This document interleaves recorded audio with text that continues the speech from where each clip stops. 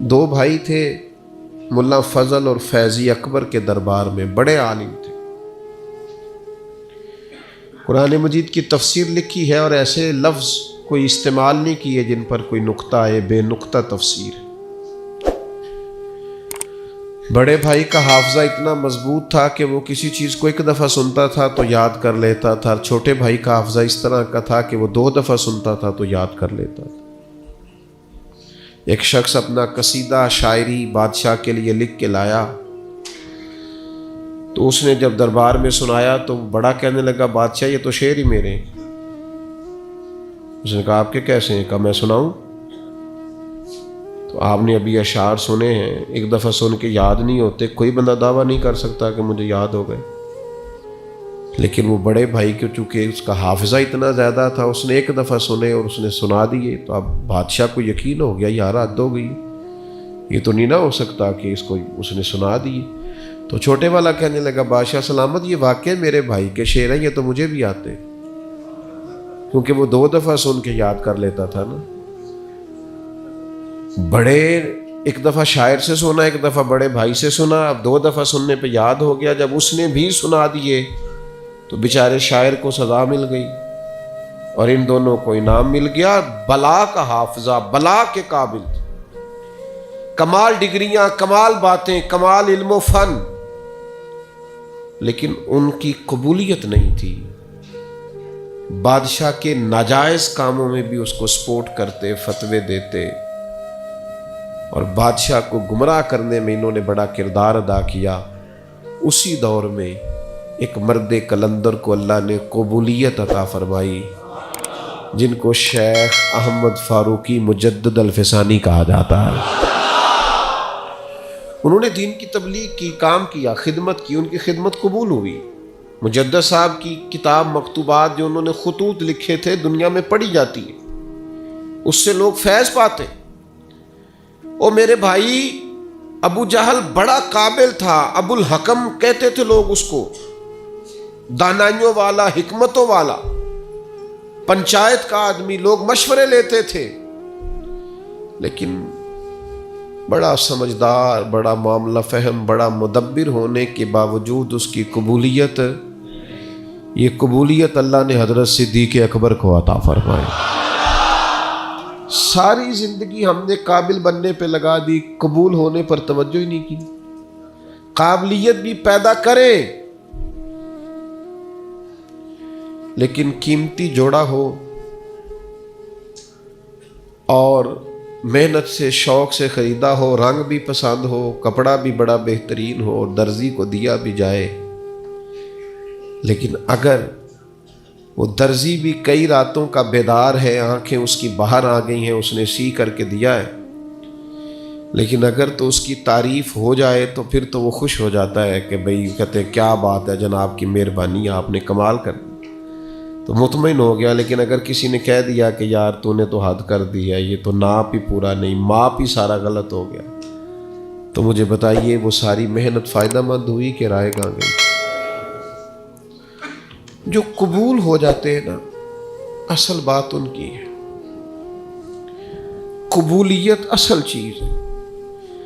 قرآن مجید پڑھا ہے، تلاوت کی ہے، عبادت کی ہے، دعا کرو نا، وہ قبول بھی تو کرے نا، اور وہ کریم ہے۔ اگر تو قبول کرنے پہ آئے تو نبی پاک علیہ السلام نے فرمایا تم باتیں کرتے کرتے ایک ایسا جملہ کہتے ہو کہ مالک کو اتنا دریائے رحمت کو جوش آتا ہے کہ ایک جملے کی وجہ سے تمہارے لیے جنت کا فیصلہ کر دیتا ہے۔ جب تک اللہ کے حضور قبولیت کی انسان کے لیے نعمت میسر نہیں آتی، وہ اپنے تئیں جتنا مرضی عابد، زاہد، پارسا، نیک، سخی، صوفی، درویش، عالم، مفتی، پیر بن کے بیٹھا رہے، جب تک قبولیت نہیں، جب تک اس کے حضور، اللہ کے نبی کہتے ہیں، اللہ کا گھر بنا کے کہتے ہیں ربنا تقبل منا، یا اللہ مہربانی کر اسے قبول۔ بھائیوں، قبولیت بڑی ضروری ہے۔ عید والا دن تھا، حضرت فاروق اعظم رضی اللہ تعالیٰ عنہ نے نبی پاک علیہ السلام کے مصلی پہ کھڑے ہو کے لوگوں کو عید کی نماز پڑھائی، اور پھر اللہ کے محبوب کی امت کے مابین خوشیوں بھری محبتوں بھری انہوں نے ملاقاتیں بھی کی، لیکن گھر جب گئے تو اچانک آنکھوں میں آنسو آ گئے، اور وہ آئے تو وہ تیز ہو گئے آنسو۔ تو گھر والی کہنے لگی آپ کا ہر جگہ یہی حال ہے، آج عید کا دن ہے مسرت کا اور آج بھی آپ رونے لگے۔ آپ فرمانے لگے تو ٹھیک کہتی ہے، مجھے بھی اندازہ ہے کہ آج خوشی کا دن ہے، عید الفطر ہے، روزے گئے ہیں تو رونا نہیں چاہیے، خوشی کرنی چاہیے۔ تو کہا پھر آپ کیوں رو رہے ہیں؟ تو فرمانے لگے بس کیا کروں، دل نرم ہے، ایک بات یاد آ گئی، اس نے رلا ڈالا ہے۔ حضور کیا یاد آیا؟ فرمانے لگے میرے دل میں خیال آیا ہے عید تو اس کی ہے نا جو قبول ہو گیا ہے، جس کے روزے قبول ہو گئے، جس کی نمازیں قبول ہو گئی، جس کی تراویح قبول ہو گئی، جس کا اعتکاف قبول ہو گیا، جس کی بیت اللہ کی حاضری قبول ہو گئی، جس کی روضہ رسول کی حاضری قبول ہو گئی، جو قبول ہو گئی۔ عید تو اس کی ہے، لیکن جس نے سارا کچھ کیا ہے پر قبول نہیں ہوا، تو اس کو پھر میری طرح رونا ہی چاہیے، اس کے لیے رونا ہی تو ہے۔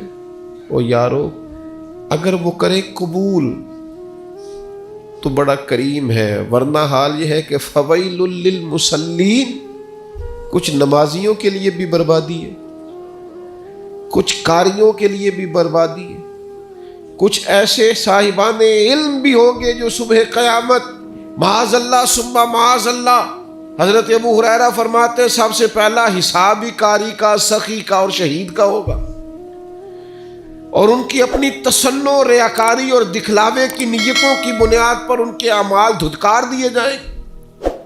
دعا کرو اس کے حضور قبولیت ہو جائے، اگر تو وہ کر لے قبول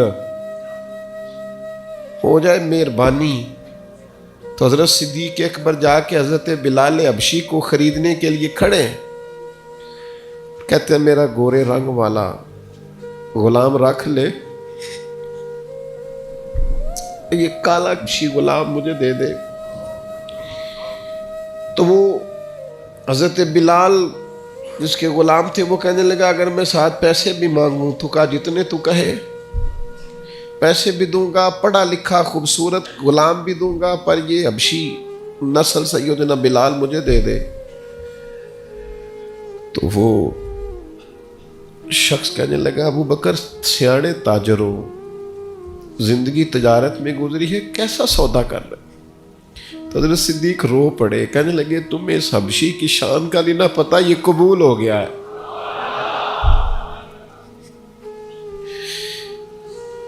یہ قبول ہو گیا ہے، جو تو ہو گیا نا قبول، جس کی تو ہو گئی قبولیت، جس پر تو ہو گیا فضل، تو وہ تو